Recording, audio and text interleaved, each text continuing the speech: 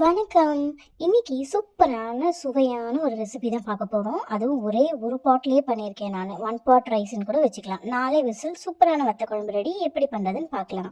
கொஞ்சோண்டு புளி எடுத்து ஒரு 1/2 அன் ஹவருக்கு ஊற வச்சுக்கிறேன். அதுக்கப்புறம் சின்ன வெங்காயம், கருவேப்பிலை, காஞ்ச மிளகாய் இது 3 ரெடியாக வச்சுக்கோங்க.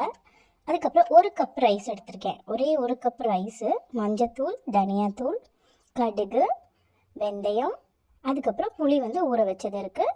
1.5 ஸ்பூன் 1லேருந்து 1.5 ஸ்பூன் குழம்பு மிளகாய் தூள் தேவைப்படும். இதெல்லாம் ரெடியாக எடுத்து வச்சுக்கோங்க. ஒரு குக்கரை ஹீட் பண்ணிக்கோங்க. ஹீட் பண்ணிவிட்டு அதில் எண்ணெய் விட்டுக்கோங்க.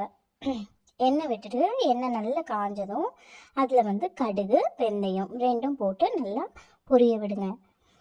கடுகு வெந்தயம் பொரிஞ்சாதான் நல்லாயிருக்கும். எல்லா டிஷ்ஷுக்குமே கடுகும் வெந்தயமும் கொஞ்சம் பொரியணும்.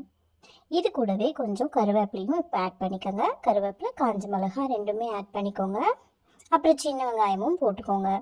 சின்ன வெங்காயம் இந்த வத்த குழம்புக்கு ரொம்ப ரொம்ப சுவையான ஒரு வாசனையை கொடுக்கும். கொஞ்சமாக பெருங்காயம் போட்டுக்கோங்க. பெருங்காயம் போட்டுட்டு நல்லா கிளறுங்க. இப்போ இந்த ஸ்டேஜில் வெங்காயம் போட்டுக்கோங்க. நீட்டு வெங்காயம், அதாவது பெரிய வெங்காயம் நீட்டை கட் பண்ணி வச்சுருக்கோம் இல்லையா, அந்த வெங்காயமும் போட்டு நல்லா வதக்கிக்கோங்க. புளி தண்ணி ரேஷியோ என்னென்னா 3 கிளாஸ் புளி தண்ணி, 3/4 கிளாஸ் தண்ணி, வெறும் தண்ணி.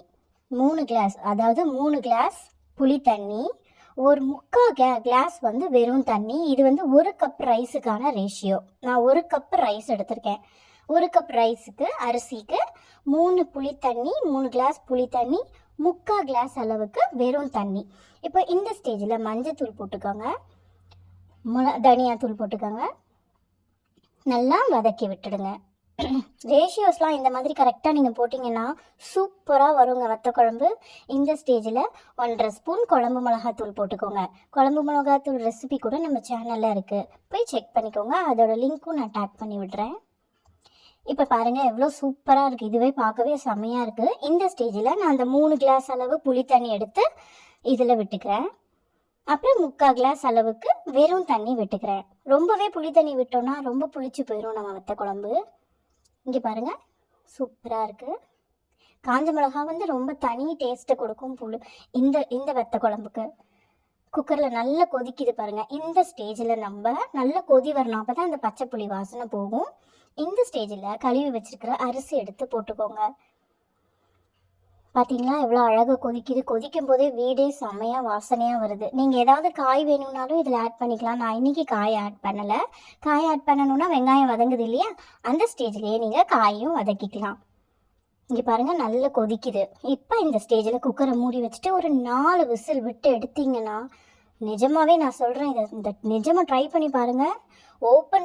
குக்கர் ஓப்பன் பண்ணும்போதே அப்படி ஒரு அருமையான வாசனை வருது ஃப்ரெண்ட்ஸ்.